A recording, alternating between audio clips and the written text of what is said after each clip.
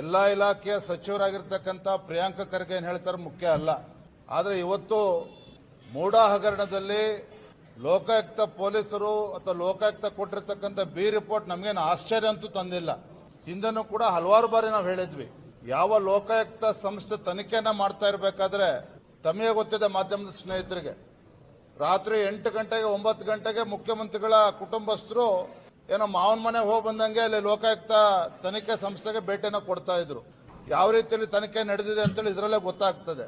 ಒಟ್ಟಾರೆಯಾಗಿ ಮೈಸೂರಿನ ಮೂಡಾ ಹಗರಣದಲ್ಲಿ ಸುಮಾರು 5,000 ಕೋಟಿ ಹಗರಣ ಏನಿತ್ತು, ಇದರಲ್ಲಿ ಕ್ಲೀನ್ ಚಿಟ್ ಸಿಕ್ಕಿರ್ತಕ್ಕಂಥದ್ದು ನಮಗೇನು ಆಶ್ಚರ್ಯ ತಂದುಕೊಟ್ಟಿಲ್ಲ. ಸ್ವತಃ ಮುಖ್ಯಮಂತ್ರಿಗಳು ಒಪ್ಕೊಂಡಿದ್ರು. ಏನು ಹೇಳಿದ್ರು, ಫಸ್ಟು ಸಿದ್ದರಾಮಯ್ಯನವರು ಏನು ಹೇಳಿದ್ರು, ಮೂಡಾದಲ್ಲಿ ಯಾವುದೇ ರೀತಿ ಹಗರಣ ಆಗಿಲ್ಲ, ತಮ್ಮ ಕುಟುಂಬಕ್ಕೆ ಯಾವುದೇ ರೀತಿ ಕಾನೂನು ಬಾಹಿರವಾಗಿ 14 ನಿವೇಶನಗಳು ಬಂದಿಲ್ಲ ಅಂತೇಳಿ ಸ್ವತಃ ಸಿದ್ದರಾಮಯ್ಯನವರೇ ಹೇಳಿದ್ರು.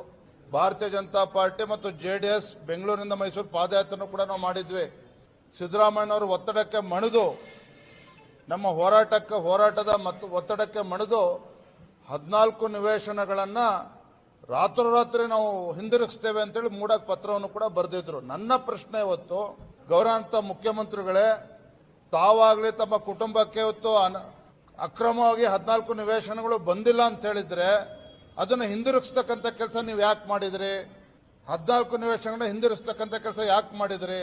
ಮತ್ತೆ ಲೋಕಾಯುಕ್ತ ಕ್ಲೀನ್ ಚಿಟ್ ಕೊಟ್ಟಿದೆ ಅಂತ ಹೇಳಿದ್ರೆ, ಒಬ್ಬ ಅಪರಾಧಿ ತಪ್ಪು ಮಾಡಿದ ಮೇಲೆ ಆ ಮಾಲನ್ನು ಹಿಂದಿರುಗಿಸಿದ್ದಾರೆ ಅಂದ ತಕ್ಷಣ ನಿರಪರಾಧಿ ಅಂತೇಳಿ ಇವತ್ತು ಕ್ಲೀನ್ ಚಿಟ್ ಕೊಡ್ತಾರೆ ಅಂತ ಹೇಳಿದ್ರೆ, ಇದನ್ನು ನೀವು ಮಾಧ್ಯಮದ ಸ್ನೇಹಿತರು ಮುಖ್ಯಮಂತ್ರಿಗಳು ಪ್ರಶ್ನೆ ಮಾಡಬೇಕಾಗ್ತದೆ. ಹಾಗಾಗಿ ಒಟ್ಟಾರೆಯಾಗಿ ಲೋಕಾಯುಕ್ತರು ಮೂಡಾ ಹಗರಣದಲ್ಲಿ ಕೊಟ್ಟಿರ್ತಕ್ಕಂಥ ಕ್ಲೀನ್ ಚಿಟ್, ಇವತ್ತು ಸಿದ್ದರಾಮಯ್ಯನವರ ಕುಟುಂಬದ ಬಗ್ಗೆ ಕುಟುಂಬಸ್ಥರು ಕೊಟ್ಟಿರ್ತಕ್ಕಂಥ ಕ್ಲೀನ್ ಚಿಟ್, ಇದು ಖಂಡಿತ ಇದು ಫೇಕ್ ಕ್ಲೀನ್ ಚಿಟ್ ಅಷ್ಟೇ. ಇದು